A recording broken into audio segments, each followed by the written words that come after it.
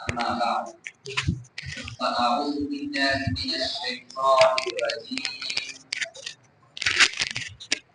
يا أيها الذين آمنوا أنفقوا مما رزقناكم من قبل أن يأتي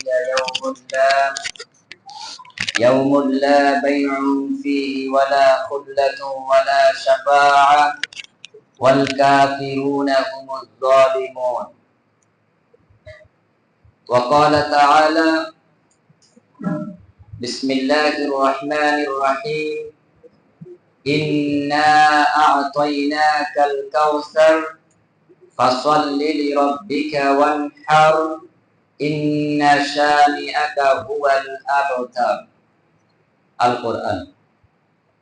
প্রশংসা সবই আল্লাহ সুবহানাহু ওয়া তাআলার জন্য, যিনি তার অত্যন্ত মেহেরবানিতে বছরের শ্রেষ্ঠতম মাস মাহে রমজানে তারই হুকুম পালনের পর তারই দিন সম্পর্কে কিছু আলোচনা করা এবং শ্রবণের সুবর্ণ সুযোগ দিয়েছেন। আমরা অন্তরের অন্তঃস্থল থেকে সকলেই বলি আলহামদুলিল্লাহি রাব্বিল আলামিন।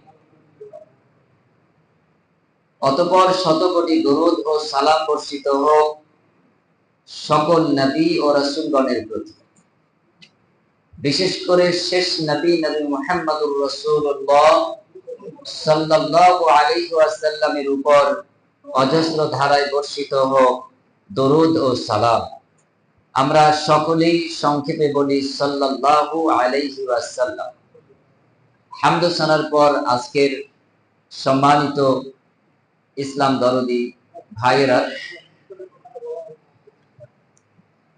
রমজান মাস বক্তব্যের মাস নয়, এটা ইবাদতের মাস, জান্নাত প্রাপ্তির মাস, জাহান্নাম থেকে মুক্তির মাস। এটি আল্লাহ সুবহানাহু ওয়া তাআলার সান্নিধ্য অর্জনের একটি সুবর্ণ সুযোগ, তারই একটা দরজার ন্যায়, যা দিয়ে আমরা সোজা জান্নাতের মধ্যে প্রবেশ করতে পারি। রমজান সাধনা, সিয়াম সাধনাকারী যারা, তাদের সম্পর্কে অসংখ্য মর্যাদা সম্পন্ন ভাষা আল্লাহ এবং আল্লাহর রাসূল সাল্লাল্লাহু আলাইহি ওয়াসাল্লাম কিয়ামত পূর্ব মুহূর্ত আগত মানব ও জিন জাতির জন্য উপস্থাপন করেছেন, পেশ করেছেন, রেখে গেছেন। কোরআনে যেমন আছে, হাদিসেও তেমন বিদ্যমান আছে। তার মধ্যে সহজ সরল একটি শব্দ হলো, সিয়াম সাধনাকারী ব্যক্তিদেরকে আল্লাহ সুবহানাহু ওয়া তাআলা দায়িত্বশীল ফেরেশতাদেরকে দিয়ে কিয়ামতের মাঠে ডেকে ডেকে জান্নাতের একটা সুনির্দিষ্ট সম্মানিত দরজা ধরিয়ে দেবেন এবং সেই দরজা দিয়ে জান্নাতের মধ্যে প্রবেশাধিকার দিয়ে দেবেন, ঘোষণা করে দেবেন, যা সুসংবাদ স্বরূপ আমাদের কাছে আল্লাহর পক্ষ থেকে পূর্বেই ঘোষণা করে দেওয়া হয়েছে। সুবহানাল্লাহি ওয়া বিহামদিহি সুবহানাল্লাহিল আযীম। এই সম্মানিত দরজাটির নাম হলো রায়্যান, যে দরজা দিয়ে একমাত্র সিয়াম সাধনাকারী রোজাদার মানুষেরাই প্রবেশ করবেন। তো আল্লাহ সুবহানাহু ওয়া তাআলা আমাদেরকে যেন ওই দরজা দিয়ে জান্নাতে প্রবেশ করবার সুমতি ও সুতৌফিক ইনায়েত করেন, বলি আমিন সুম্মা আমিন।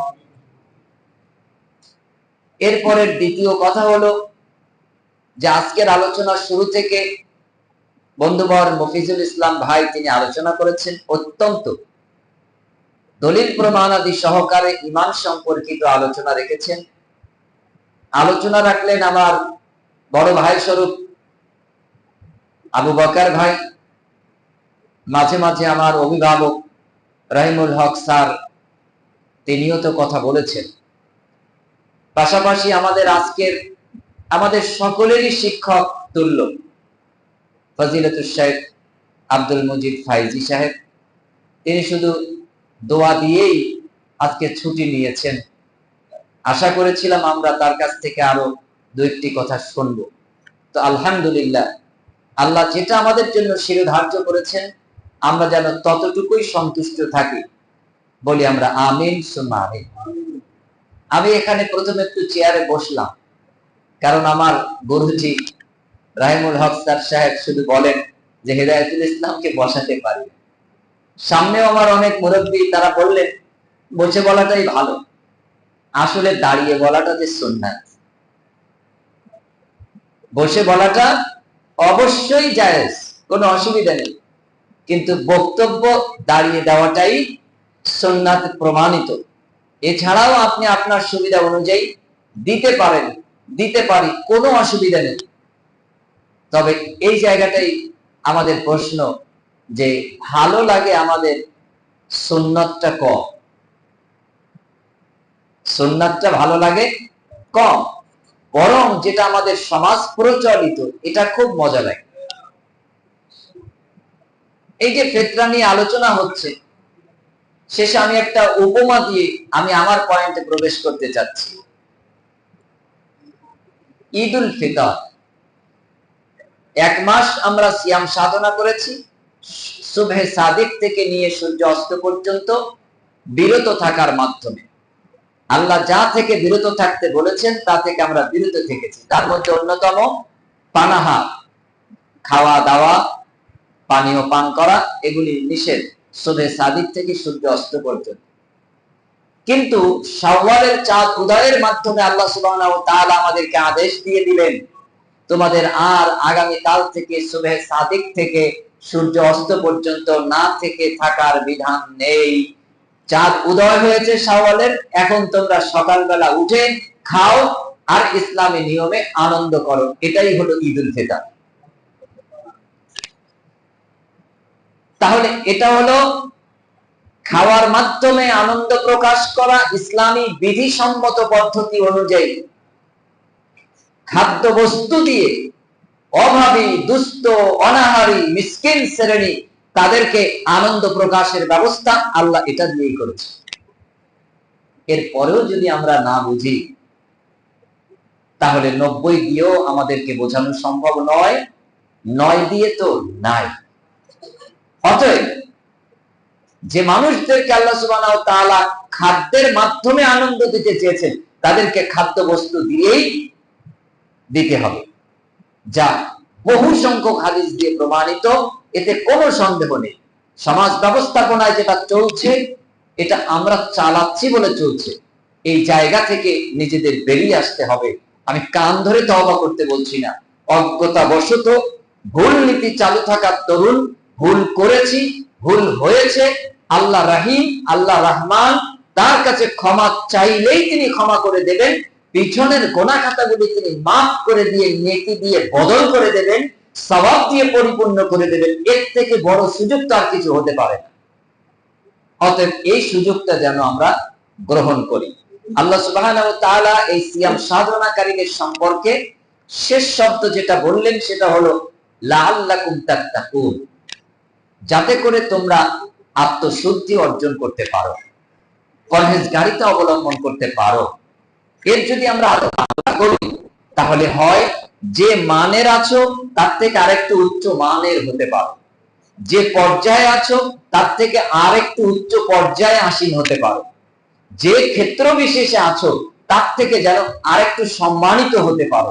তার জন্য আল্লাহ সুবহানাহু ওয়া তাআলা বছর মাঝে এই এক মাস সিয়াম সাধনা আমাদেরকে ধার্য করেছেন। এখন যে পর্যায়ে আছি তার থেকে একটু ভালো পর্যায়ে আমরা যেতে পেরেছি কিনা, এটা উপলব্ধি কিভাবে আসবে?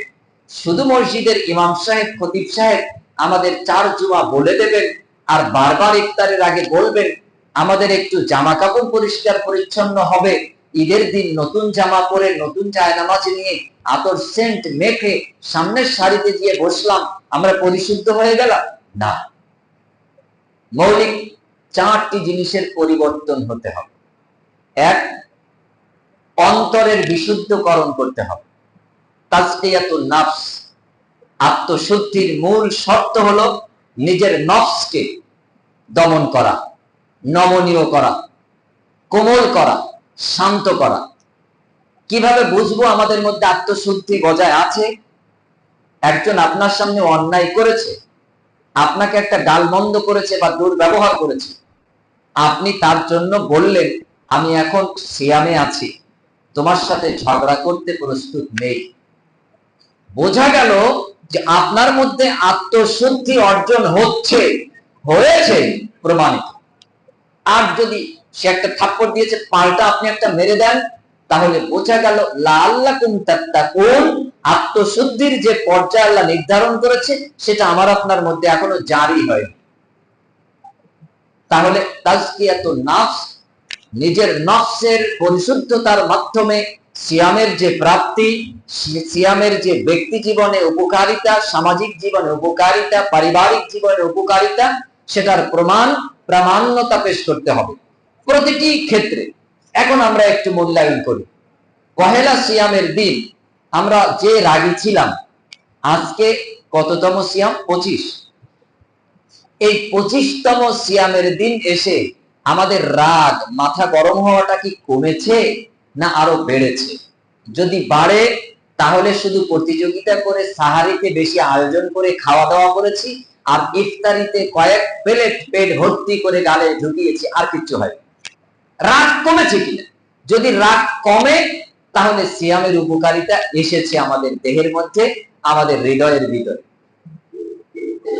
আত্মশুদ্ধি, এই আত্মশুদ্ধির জন্য মূল্যায়ন, এই যে বাকি 5টা দিন সামনে আছে, 4-5 দিন, এই 5টা দিন একটু করে নিজেকে একটু আল্লাহর সামনে উপস্থিত করি। আল্লাহ, আমি খুব রাগী ছিলাম।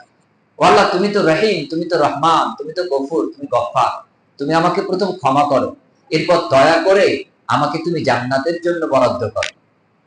সিয়ামের যে উপকারিতা ব্যক্তি জীবনে আগে নেই, পারিবারিক জীবনে দেই, সামাজিক জীবনে এটাকে আমরা উপস্থাপন করি। শুধু টুপি, পাঞ্জাবি আর ইসলামিক একটা লেবাস, এটাই ইসলাম নয়, এটা ইসলামের সামান্যতম অংশ বিশেষ। টুপি নেই, পাঞ্জাবি নেই, যে পোশাক আছে এই পোশাকে 100% ইসলাম মেনে চলা যায়, কোনো অংশে একটু কম হবে না। টুপিও নেই, পাঞ্জাবিও নেই, জুব্বাও নেই, কোনো কিছু নেই।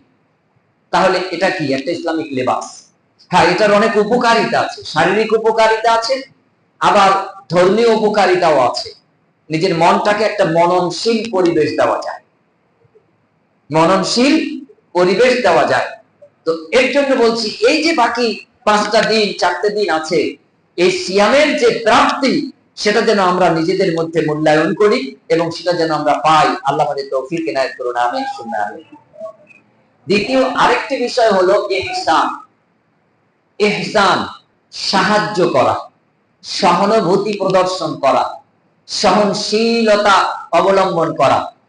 আপনার মিষ্টি হাসি, এটা একটা সহানুভূতি। স্বামী তার স্ত্রীর প্রতি মিষ্টি হাসি প্রদর্শন করবেন। ভালোবাসার সাইনবোর্ড, ব্যানার, এটা হলো মুস্কি হাসি, মিষ্টি হাসি। মুদিখানার ব্যানার চিনি, স্কুলের সাইনবোর্ড দেখি, বড় বড় শহরের প্রাণ কেন্দ্রে ডিএম অফিস, এসডিও অফিস আমরা চিনি ওই লেখা দেখে, কিন্তু স্বামী স্ত্রীর মধ্যে ভালোবাসার ব্যানার, এটা আমাদের জানা নেই। এটা হলো মুস্কি মিষ্টি হাসি, ভালোবাসার সাইনবোর্ড, ব্যানার। এখন স্বামী হিসেবে নিজেকে একটু দেখি, আমি কোনদিন আমার স্ত্রীর জন্য নিজেকে ব্যানার হিসেবে ভালোবাসার প্রদর্শন করতে পেরেছি? পারি। সব জায়গায় হাসি খুশি, সালাম কালাম, মোয়ানাকা, কোলাকুলি সব হচ্ছে, কিন্তু স্ত্রীর কাছে গেলে মাথা গরম, গাল কোলা ব্যায়াম।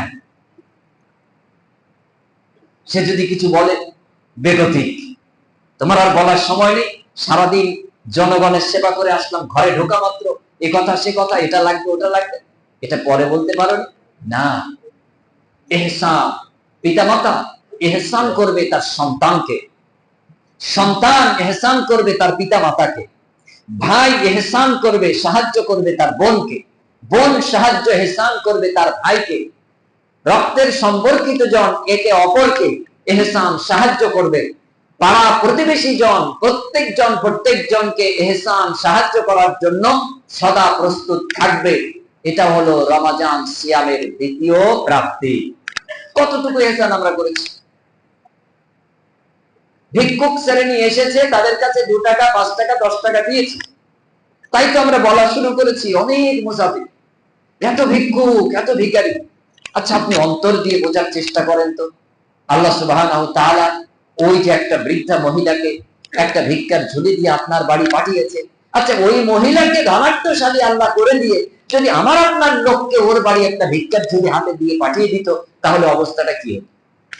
সারা পৃথিবীতে একটাও ভিখারি নেই, শুধু একজন, সেই লোকটাই আপনি।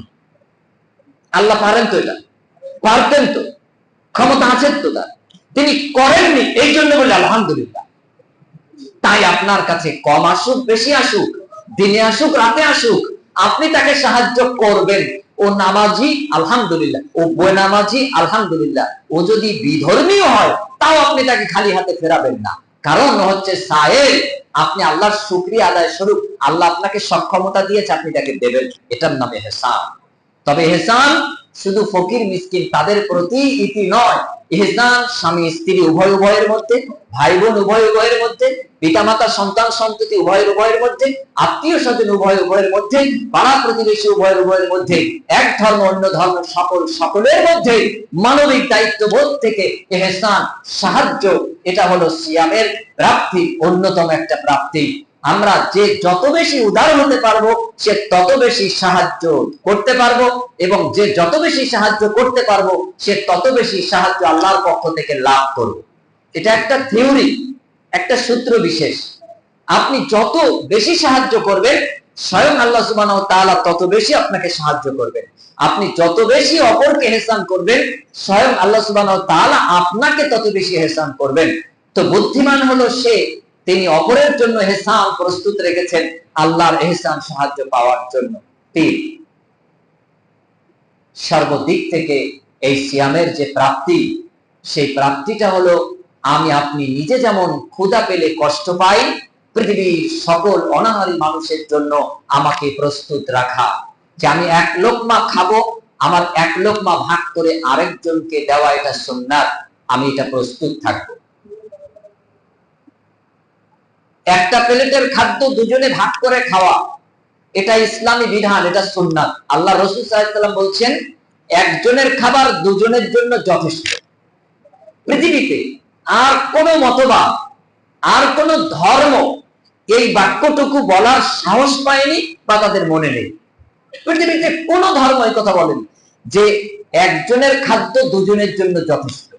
একমাত্র ইসলাম এই কথাটা বলে। কথাটা কিন্তু খুব ছোট্ট, একটা ছোট্ট কথা, এক প্লেট খাদ্য দুজনের জন্য যথেষ্ট, একজনের খাদ্য দুজনের জন্য যথেষ্ট। কোথায়? এত বড় ধর্ম খ্রিস্ট, এত বড় ধর্ম বৌদ্ধ, এত বড় ধর্ম হিন্দু, একবারও কোন ধর্মের পৃষ্ঠায় এই কথাটা লেখা নেই।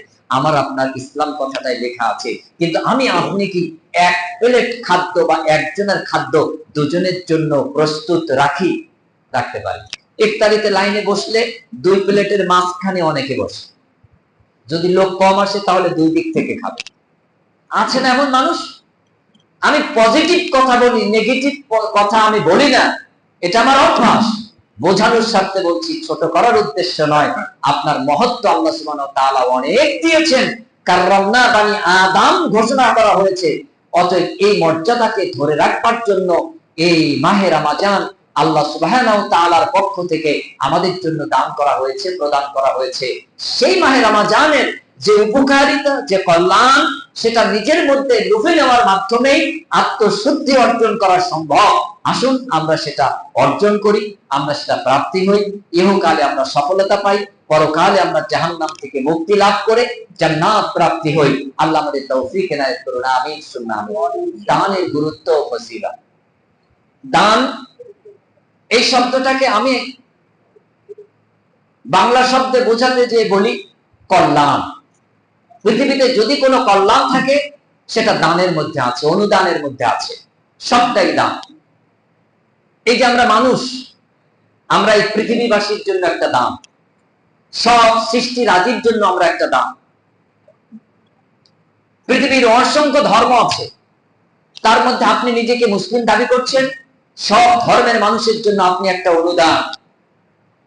তাদের কাছে ঈমান নেই, তাদের কাছে ইসলাম নেই, তাদের কাছে হক নেই, তাদের কাছে সুন্নাত নেই, তাদের কাছে আছে ভ্রান্তি, শিরক, বেদাত, ভুলে ভরা জীবন।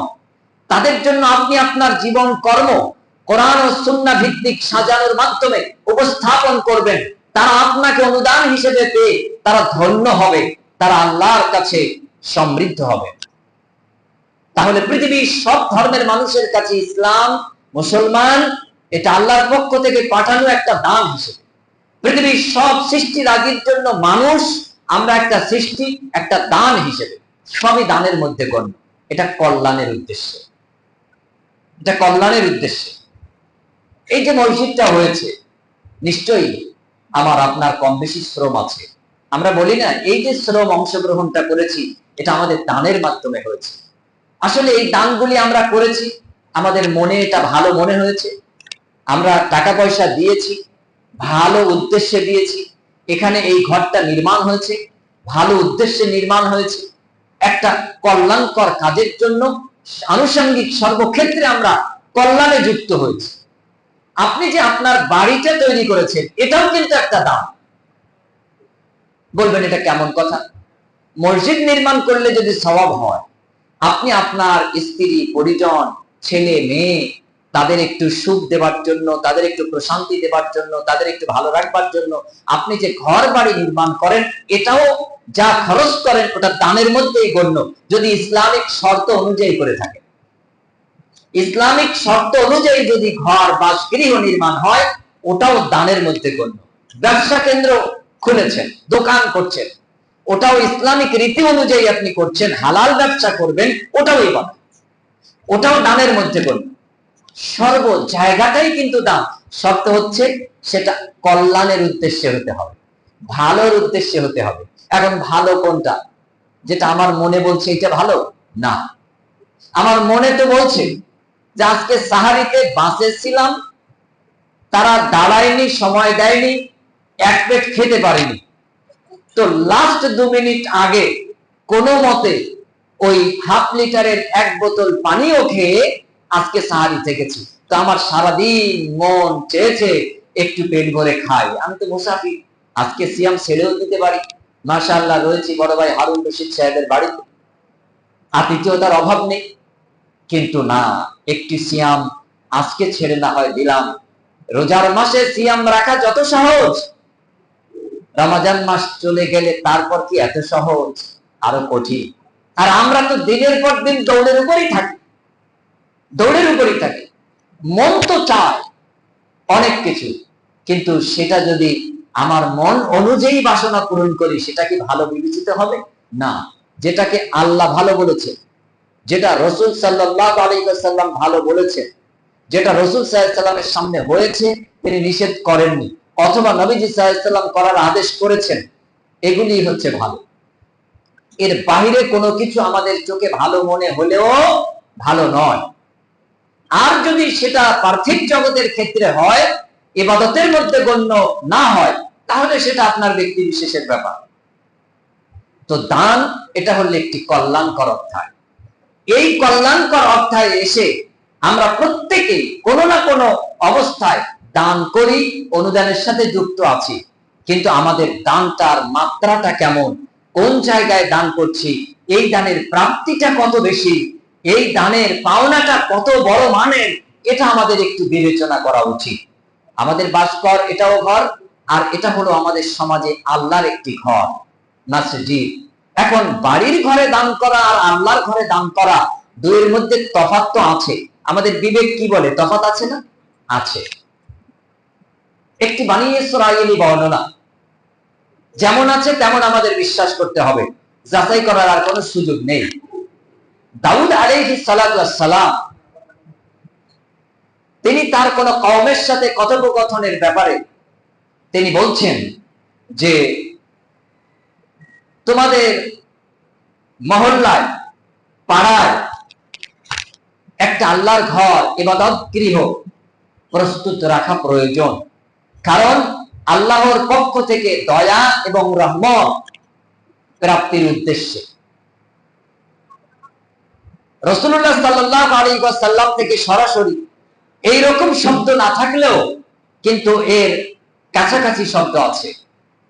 আল্লাহ রাসূল সাল্লাল্লাহু আলাইহি ওয়াসাল্লাম তিনি মক্কা থেকে হিজরত করে যখন মদিনায় গেলেন, সর্বাগ্রে যে ঘরটি নির্মাণ করলেন সেটি ছিল মসজিদে কুবা, প্রথম নির্মাণ করলেন একটা মসজিদ। দ্বিতীয় যে ঘরটা হাত দিলেন সেটা ছিল মসজিদে নববী, দ্বিতীয় আরেকটা মসজিদ, আজকের মদিনার মসজিদ। তৃতীয় যে ঘরটা নির্মাণ করলেন সেটা হলো মসজিদে কিবলাতাইন, দুই কিবলা বিশিষ্ট মসজিদ। চতুর্থ নম্বরে তিনি বাসগৃহ নির্মাণের ইচ্ছা পোষণ করেছিলেন। তাহলে বিশ্ব নবী মুহাম্মদ সাল্লাল্লাহু আলাইহি সাল্লামের মতন মহান ব্যক্তির মানসিকতা ছিল একটা দেশ এলাকা ছেড়ে আরেক জায়গায় বসবাসের উদ্দেশ্যে আল্লাহর আদেশ পেয়ে গেলেন, সেখানে যে তিনি প্রথম একটা ঘর আল্লাহর ঘর নির্মাণ করলেন, দ্বিতীয়বার আরেকটি ঘর আল্লাহর ঘর নির্মাণ করলেন, তৃতীয়বারেও আল্লাহর ঘরে নির্মাণ করলেন, চতুর্থবার নিজের বাসস্থানের জন্য একটা কুঠুর নির্মাণে মনোসংযোগ দিলেন। সুবহানাল্লাহি ওয়া বিহামদিহি সুবহানাল্লাহিল আযীম। এর থেকে কি মসজিদ আল্লাহর ঘর নির্মাণের গুরুত্ব, মর্যাদা, প্রয়োজনীয়তা, উপকারিতা বোঝা যায় কিনা, উপলব্ধি হয় কিনা? উপলব্ধি পাওয়া যায়, উপলব্ধি করা যায়। সুলাইমান আলাইহিস সালাতু ওয়াস সালাম তিনিও সর্বপ্রথম তার নিজের জ্ঞান প্রাপ্তবয়স্ক হবার পরে সর্বপ্রথম তিনিও ইবাদত গৃহ নির্মাণ করেছিলেন। এমনকি অধিকাংশ নবী ও রাসূলগণ তারা নিজেদের বাসগৃহ নির্মাণের আগে, নবুয়ত প্রাপ্তির পরে আর প্রথম কোনো কাজ তাদের ছিল না। প্রথম কাজ ছিল একটা ইবাদত গৃহ নির্মাণ করা।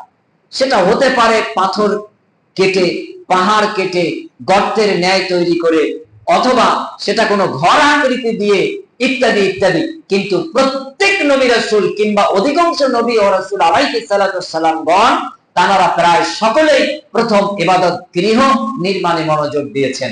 আমরা আমাদের সমাজ ব্যবস্থায় কোন দিকে মনোনিবেশ করি? আমাদের জীবনের শত চেষ্টা একটি বাসস্থান তৈরি করা। ছেলে আছে, মেয়ে আছে, যে কোনো কায়দায় মরি বাঁচি একটা ঘর নির্মাণ করতে হবে, না হয় কি হবে? অথচ আল্লাহর জন্য যদি একটা ঘর নির্মাণ হয়, আল্লাহ জান্নাতের মধ্যে তার জন্য ঘর নির্মাণ করে দেবেন। আচ্ছা, এটা তো পরকালের জান্নাতের ঘর নির্মাণ হলো, তাও ওই ব্যক্তির জন্য কি পৃথিবীতে আল্লাহ একটা ঘর পাঠাতে পারবেন না? কি মনে হয় আমাদের? আল্লাহ রাসূল সাল্লাল্লাহু আলাইহি ওয়াসাল্লাম বললেন যে আল্লাহর জন্য একটা ঘর মসজিদ নির্মাণ করলো, তার জন্য আল্লাহ জান্নাতে একটা ঘর নির্মাণ করে। আচ্ছা, এটা তো পরকাল, আখিরাত। তো যে আল্লাহ আমাদেরকে জাহান্নাম থেকে মুক্তি দিয়ে জান্নাতে একটা ঘরের ব্যবস্থা করে দিতে পারলো, যে ঘরের ব্যাখ্যা, বিশ্লেষণ, বিবরণ যা শেষ করার মতন নয়, এত সাজানো গোছানো, এত নাজ নিয়ামতপূর্ণ। আরে দুনিয়াতে কি আমাদের একতলা বিশিষ্ট একটা ছাদ বা ভাঙা টালির একটা ছাদ বিশিষ্ট ঘর আল্লাহর পক্ষে কি দেওয়া সম্ভব নয়? কি মনে হয় আমাদের? সম্ভব কি? নিশ্চিত এই ইয়াকিন আমাদের আছে যে আল্লাহর পক্ষে এটা দেওয়া সম্ভব। আল্লাহ এটা দেন, আল্লাহ দেবেন, এটাই আল্লাহর রহমত। আচ্ছা, আপনি একজন মসজিদের ইমাম দেখান যার বেতন কম, আয় রোজগার কম, কিন্তু মসজিদের পিছনে খাদেম খেদমত করে যাচ্ছে। দেখেন তার ওই বেতন 5,000 7,000, কিন্তু মাশাআল্লাহ তার বাড়িটা পরিপাটি, সাজানো গোছানো, হোক টালির, হোক টিনের, হোক অ্যাসবেস্টের, হোক বা ছাদ বিশিষ্ট, পরিপাটি ইত্যাদি। অনেক উদাহরণ আছে এরকম দেওয়া যায়। এটা কিন্তু ইমামতির বরকতের আগে এই বারাকা হলো আল্লাহর ঘরের সাথে যুক্ত থাকা, সংযুক্ত থাকা, আল্লাহর ঘরের সাথে মনোনিবেশ করা। যে আল্লাহ সুবহানাহু ওয়া তাআলা বলছেন কাল কিয়ামতের কঠিন ময়দানে যখন কোনো ছায়া অবশিষ্ট থাকবে না, আমি আল্লাহর আরশের ছায়া অবশিষ্ট ব্যতীত, সেই দিন আমি আল্লাহ সুবহানাহু ওয়া তাআলা 7 শ্রেণীর মানুষকে আমার আরশের ছায়া তলে ডেকে ডেকে জায়গা দেব। তাদের মধ্যে এক শ্রেণী হলো ওই শ্রেণী যার কলব, হৃদয়, অন্তরটা মসজিদের সাথে যুক্ত হয়ে আছে।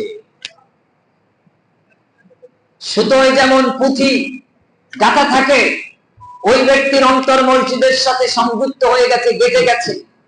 আসরের নামাজ পড়েছি, জামাত শেষ হয়ে গেছে, জিকির আজকার করে বাড়িতে চলে গিয়েছি, কানটা খোলা রেখেছি কখন মুয়াজ্জিন আযান দেবেন, মাগরিবের সালাতে যে মসজিদে যুক্ত হব। মাগরিবের সালাত আদায় করে বাড়িমুখী, আবার কানটা খোলা রেখেছি কখন এশার সালাতের আযান হবে। রাসূলুল্লাহ সাল্লাল্লাহু আলাইহি ওয়াসাল্লাম বলছেন, এই ব্যক্তি শ্রেণীরা কিয়ামতের মাঠে আরশের ছায়াতলে ছায়া স্থান পাবে, জায়গা পাবে, কারণ ওদের অন্তরটা মসজিদের সাথে, আল্লাহর ঘরের সাথে যুক্ত রয়েছে, গাঁথা রয়েছে। সুবহানাল্লাহি ওয়া বিহামদিহি সুবহানাল্লাহিল আযীম।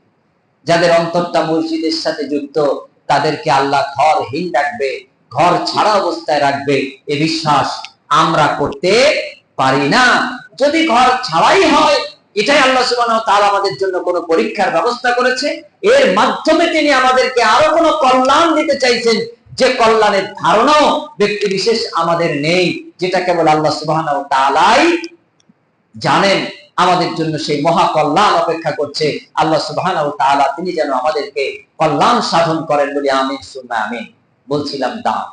আল্লাহ সুবহানাহু ওয়া তাআলা তিনি কোরআনে আযীমে বলছেন, হে বিশ্বাসী সকল, তোমাদেরকে যে রুজি দিয়েছি, হালাল রিজিক দিয়েছি, তার থেকে তোমরা ব্যয় করো। সেই দিন আসার আগে, যেই দিন কোনো ক্রয় বিক্রয় থাকবে না, যেই দিন কোনো বন্ধু বান্ধব সহযোগী থাকবে না, কাফেররাই হলো বড় জালিম, বড় অত্যাচারী। এই শব্দের উল্টো অর্থ করলে হয়, সেই দিন আসার পরে আর দান করা যাবে না, সুযোগ থাকবে না। আর যারা দান করে না, ব্যয় করে না, তারাই প্রকৃত অস্বীকারী বা অত্যাচারী। এই অত্যাচার আপনি ফকির মিসকিন অভাবী তাদের উপর করেননি, এই অত্যাচার নিজের নফসের উপর করা হয়েছে, নিজের দেহের উপর করা হয়েছে, নিজের উপরেই নিজে জুলুম করেছে। কারণ দান কবরের আযাব থেকে নাজাত বয়ে আনে, দান দুনিয়াবী জিন্দেগির বালা মুসিবত থেকে মুক্তি দেয়, দান কিয়ামতের কঠিন ময়দানকে সহজ এবং সরল করে গড়ে তোলে, দান ভয়ানক জাহান্নাম থেকে মুক্তির ব্যবস্থা করে, দান সরাসরি বান্দা বান্দীদেরকে জান্নাতে যাওয়ার উপকরণ হিসেবে ইসলাম ঘোষণা করেছে। অতএব দানের যে মহা শক্তি, এই শক্তি কোরআন এবং হাদিসে পরিষ্কার। কোরআনে আযীমে আল্লাহ সুবহানাহু ওয়া তাআলা অপর এক আয়াতে বলছেন, দানের উপমা হলো ওই বীজের ন্যায়, যে বীজ বপন করলে সেই বীজ থেকে গাছ অঙ্কুরিত হলো, আর এই গাছ থেকে যে শস্য ফসলগুলি হয়, সেই ফসলে শীষে 7টা করে শাখা প্রশাখা আছে, প্রত্যেকটি শাখায় আবার 100 করে দানা আছে। আবার 7টা বীজের ন্যায়, 7টা বীজ বপন করলেন, 7টা গাছ হলো, 7টা গাছে 100 বিশিষ্ট শাখা প্রশাখা, শস্য পাখা আছে ইত্যাদি। এটা হলো ওই রূপ যেটা আপনি একটা বীজ বপন করে অসংখ্য শত শত হাজার হাজার লক্ষ লক্ষ আপনি তার থেকে ফসল দানা পেতে পারেন। দান হচ্ছে অনুরূপ একটি চলমান শক্তিমালা, যা দিয়ে আপনি অল্প পরিমাণ বপন রোপণ করে গেলেন, কিন্তু আপনার মৃত্যুর পূর্ব মুহূর্ত পর্যন্ত, ইভেন কিয়ামত পূর্ব মুহূর্ত পর্যন্ত এই শস্য ফসল বৃদ্ধির ন্যায় এর থেকে শুধু গজাতেই থাকবে, ফসল উৎপাদন হতেই থাকবে, বাড়তেই থাকবে, বই কখনো কমবে না। এটা হলো সেই শক্তিশালী আমলের নাম, তার নাম দান। দানের ব্যাপারে আরেকটি কথা আপনাদেরকে স্মরণ করিয়ে দেই, হায়াত এটা খুব শক্তিশালী একটা জিনিস, খুব দামি, সবাই আমরা বেঁচে থাকতে চাই, কিন্তু এই হায়াত সাধারণ নীতিতে কমেও না বাড়েও না, তাকদীরে নির্দিষ্ট আছে। এরপরেও হায়াত আল্লাহ সুবহানাহু ওয়া তাআলা কমানো এবং বাড়ানোর কিছু রাস্তা খোলা রেখেছেন। তার মধ্যে একটা হলো, আপনি আয়ু বাড়ানোর জন্য আল্লাহর কাছে যদি খাস ভাবে দোয়া প্রার্থনা করেন, আল্লাহর ইচ্ছা হলো কবুল করলো, আপনাকে বাড়িয়ে দিতে পারেন। আবার যদি আপনি আয়ু কমানোর দোয়া করেন, তো আল্লাহ সুবহানাহু ওয়া তাআলার কাছে এটা পছন্দ হলো, তিনি কবুল করলেন, আয়ু চাইলে আল্লাহ কমিয়েও দিতে পারেন। আবার আরেকটি উপকরণ দিলেন, সেটি হলো দান, সাদাকা। এই দানের মাধ্যমে আপনি আপনার আয়ু হায়াতকে লম্বা করে নিতে পারেন, অথবা প্রয়োজন অনুপাতে আপনি কমাতেও পারেন আল্লাহর ইচ্ছার উপরে। আর কোন ইবাদত নেই এই দুটি পথ ছাড়া, যে আমাদের জীবনের একটা প্রধানতম অংশ বিশেষ, সেটা হলো আমাদের হায়াত, আমাদের জীবন, আমাদের আয়ুষ্কাল এটাকে আমার ইচ্ছা একটু বাড়াবো, এই দুটি পথ ছাড়া আর সুযোগ নেই। আমার ইচ্ছা একটু কমাবো, এই দুটি পথ ছাড়া আর উপকরণ নেই। দান এবং সাদকা এটাই হলো তার আরেকটি দ্বিতীয় উপকরণ, যার মাধ্যমে হায়াতকে বাড়ানো কিংবা কমানো সম্ভব। অসংখ্য মনীষী পৃথিবীতে এসেছেন আল্লাহর তরফ থেকে, আলহামদুলিল্লাহ। পৃথিবীতে এমন অনেক মনীষী আছেন যারা অকপটে স্বীকার করে গেছেন যে দানের উপকারিতা এবং বরকত সচক্ষে আমরা দেখতে পেয়েছি। আমরাও যদি আমাদের ব্যক্তি জীবনে দেখি, তো দানের যে মহিমা, ফজিলত, উপকারিতা, কল্যাণ, এটা কিন্তু পার্থিব জগতে দেখা যায়। রাসূল কারীম সাল্লাল্লাহু আলাইহি ওয়াসাল্লাম এবং খলিফাতুল মুসলিমিন 4 জন, পাশাপাশি আরো কয়েকজন গণ্যমান্য সাহাবী একরাম রাদিয়াল্লাহু আনহুম আজমাইনগণ একদা একটা মিটিং এ আছেন, মজলিসে আছেন, পরামর্শ সভা করছেন। মজলিসে শুরার মিটিং চলছে, শাস্তি কি দেওয়া হবে এই বিধিবিধান সংক্রান্ত আলোচনা চলছে। হঠাৎ করে পরামর্শ অনুযায়ী একটা সিদ্ধান্ত নেওয়া হলো, এবং সেই সিদ্ধান্তটা ছিল আল্লাহর ইচ্ছার বিপরীত। আল্লাহ সুবহানাহু ওয়া তাআলা তিনি আসমান থেকে গজব পাঠিয়ে দিলেন,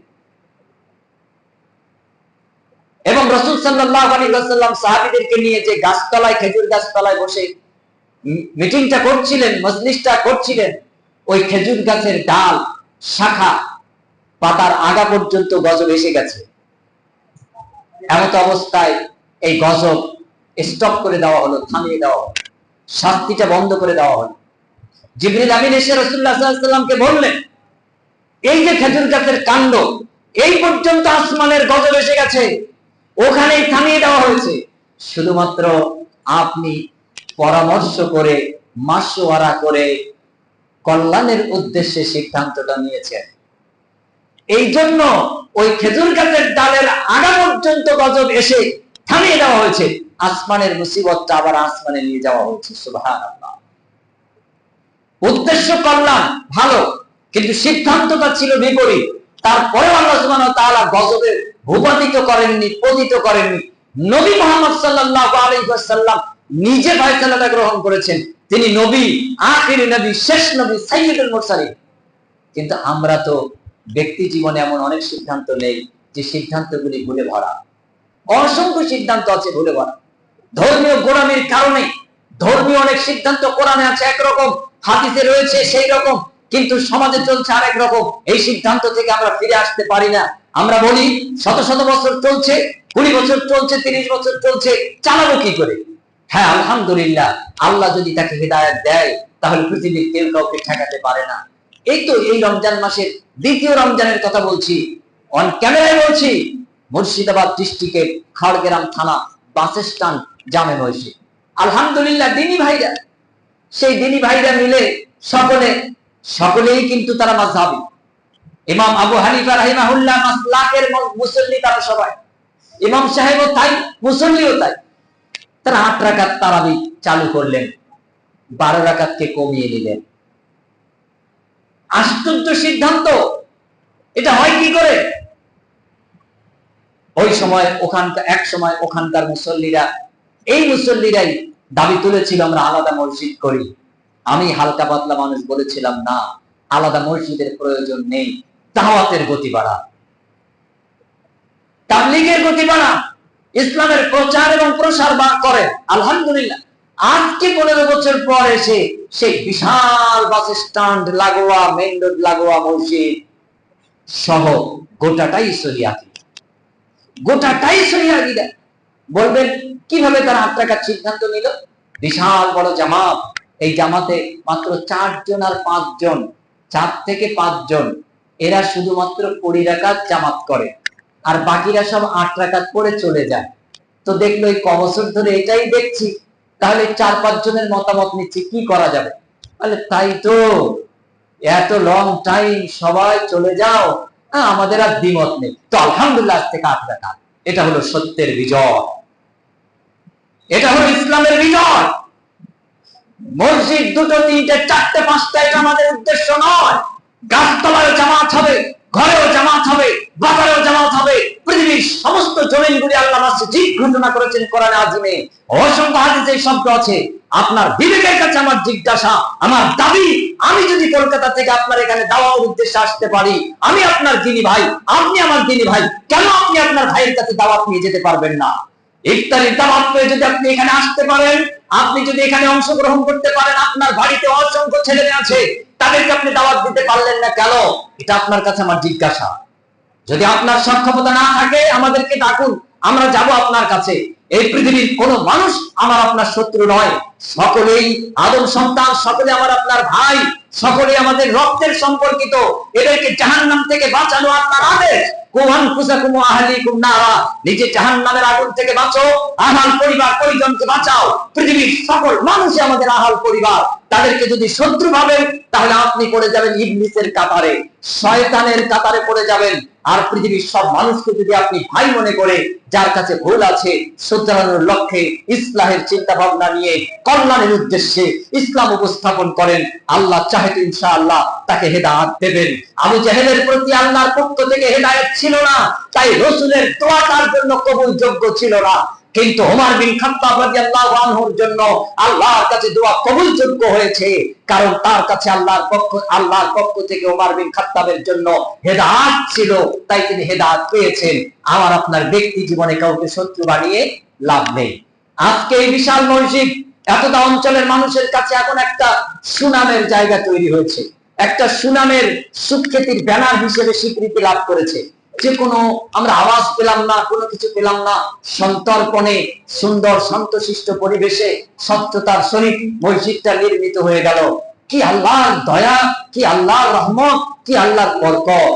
আপনি শুনলে অবাক হবেন। আপনাদেরই এলাকার চাচল থানার, আমি নামটা আর এখন বলছি না, উনি একদিন আমাকে বলছেন গাড়িতে চলতে চলতে, আমি সহি আকীদা এটা অনুভব করেছি ওই মসজিদটা তৈরি হওয়া দেখে। কিভাবে মসজিদটা তৈরি হলো? দেখতে দেখতে চোখের সামনে মসজিদ পরিপূর্ণ হলো। কেউ হিসাব চায় না, হিসাব দেওয়া হয়। কত টাকা আছে বলা হয়, কত টাকা ঘাটতি আছে বলা হয়, কত টাকা লাগবে, পরিষ্কার স্বচ্ছতা। আমার কাছে মনে হলো এটাই ইসলামিক মসজিদ। উনি সহি আকীদার সন্ধান লাভ করলেন। তাহলে এই মসজিদটা একটা দাওয়াতের ক্ষেত্র, কিন্তু এই মসজিদে যদি আপনি আবার আমার জন্য তালা মেরে দেন, তাহলে তো এই মসজিদটাই হবে ইসলামের জন্য একটি বাধা। ওই জন্য তো কাজী নজরুল ইসলামের ওই কবিতার মসজিদের ওই তালা ভাঙ রে তালা ভাঙ, ওই সময় ভাবতাম ছাত্র জীবনে কাজী নজরুল মনে হয় ইসলাম বিদ্বেষী ছিল, কিন্তু গবেষণা জীবনে এসে দেখলাম মসজিদের তালা ভাঙতে বলেছে বেনামাজি কমিটির জন্য। বেনামাজি কমিটি গোপালপুরে তালা লাগিয়ে দিয়েছে, মুসাফির এসে থাকতে জায়গা নেই, একজন নামাজ পড়বার জায়গা নেই। না, নামাজের জন্য, জনকল্যাণের জন্য মসজিদের দরজা কিয়ামত পর্যন্ত আল্লাহ খোলা রেখেছেন, আমাকে আপনাকেও খোলা রাখতে হবে। মসজিদের কমিটি বেনামাজি অধিকার নেই, থাকতে পারবে না। যখন আপনি ইসলামকে স্বচ্ছভাবে মানবেন, স্বচ্ছভাবে প্রদর্শন করবেন, আপনার ডানে বামে সামনে পিছনে সবাই ইসলামকে বুঝবে, আপনার আমলের মাধ্যমে না বললেও। এতটা অঞ্চলে বহু প্রতিবন্ধকতা ছিল, তখন এই সুন্দর মসজিদ ছিল না।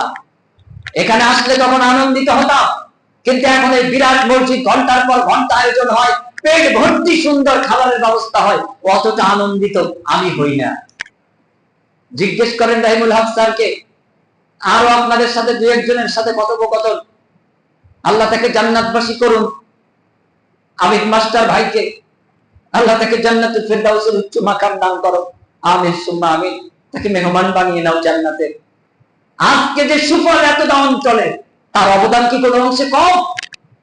তারও ভুল ছিল, আল্লাহ তার সব ভুলকে তুমি রহিম হিসেবে, রহমান হিসেবে মার্জনা করে দাও, আমিন সুম্মা আমিন।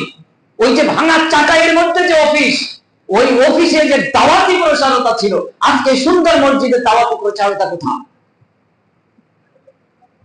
এই দায়বদ্ধতা থেকে কেউ দায় এড়াতে পারবেন না। ছোট বড়, জ্ঞানী গুণী, অল্প শিক্ষিত বেশি শিক্ষিত, প্রত্যেকেই দায়ী। সেই দায়িত্ব ভার নিয়ে আমরা যেন আজকের থেকে দাওয়াতি কাজে গতি বাড়াই।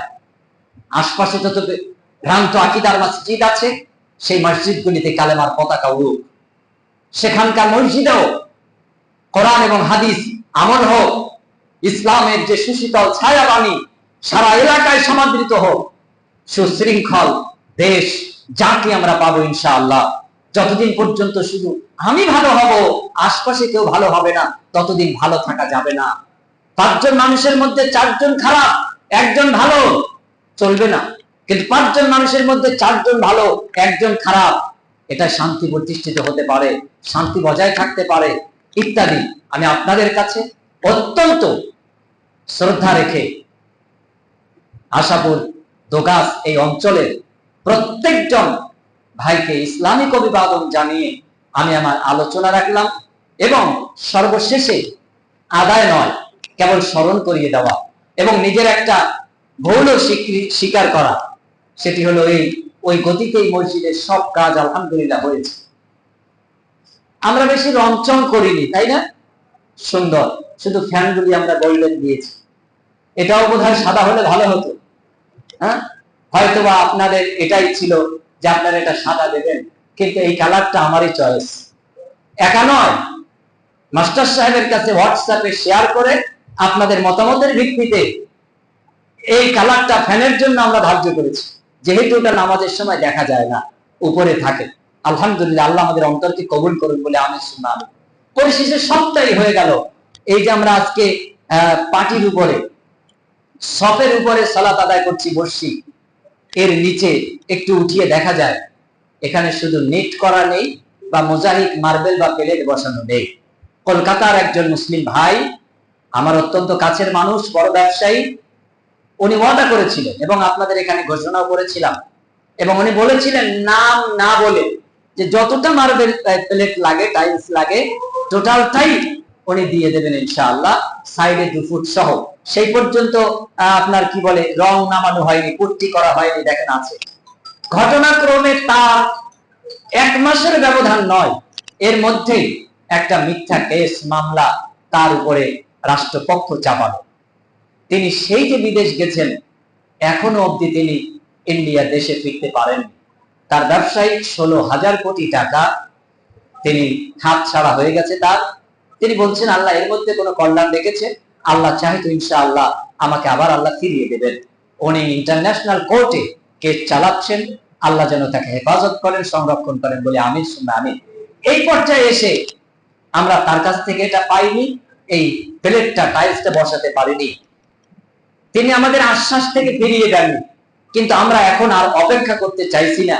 আমরা চাইছি 10 মিলে আজকে এই জায়গার এই টাইলসের অল্প পরিমাণ কাজটা দিয়ে এই মসজিদটাকে আমরা পরিপূর্ণতা দেব, যেন আমাদের প্রত্যেকের জন্য আল্লাহ সুবহানাহু ওয়া তাআলা জান্নাতের মধ্যে একটা ঘর নির্মাণ করে দেয়। জান্নাতের আমাদেরকে, আমরা যেমন 100 জন মিলে এই প্লেটগুলি দেব, আল্লাহর কাছে তো আর এমন অভাব নেই। আল্লাহর কাছে অফুরন্ত ভর্তি ভান্ডার। তিনি আমাদের প্রত্যেকের জন্য ইনশাআল্লাহ একটা ঘর নির্মাণ করবেন, যেমন তিনি ওয়াদা করেছেন আল্লাহর নবীর কথা অনুযায়ী। অতএব আমরা আজকে এই টাইলস মার্বেলের জন্য আপনাদেরকে একটু স্মরণ করিয়ে দিচ্ছি যে যদি 2 ফুট বাই 4 ফুট একটা টাইলস দেওয়া হয়, তাহলে একজন মানুষ স্বাচ্ছন্দ্যে সালাত আদায় করতে পারে। 2টো টাইলস দিলে 3 জন মানুষ সালাত আদায় করতে পারে। তা আমি প্রথম একজন আল্লাহর বান্দা চাইছি যিনি 5 জন মানুষের নামাজের জায়গা টাইলসটা দেবেন, অর্থাৎ 10 পিস টাইলস 2 বাই 4 এইরকম সাইজের টাইলস। এটা আপনার এক প্যাকেটে থাকে 2 পিস। দাম খুব একটা বেশি নয়, সম্ভবত 50-55 টাকা স্কয়ার ফিট, নাকি মাস্টার সাহেব? 55, হ্যাঁ এরকমই 50-55 টাকা। কোম্পানির উপরে কিছু কম বেশি হবে। আর যদি আপনি 4 ফুট বাই 4 ফুট নেন, সেটার দাম 60 থেকে 65 টাকা, 10 টাকা বেশি, তবে সেটা আরো উন্নত, 100 বছর গ্যারান্টি। আপনারা সিদ্ধান্ত নিয়ে যেটা নেবেন সেটা নেবেন।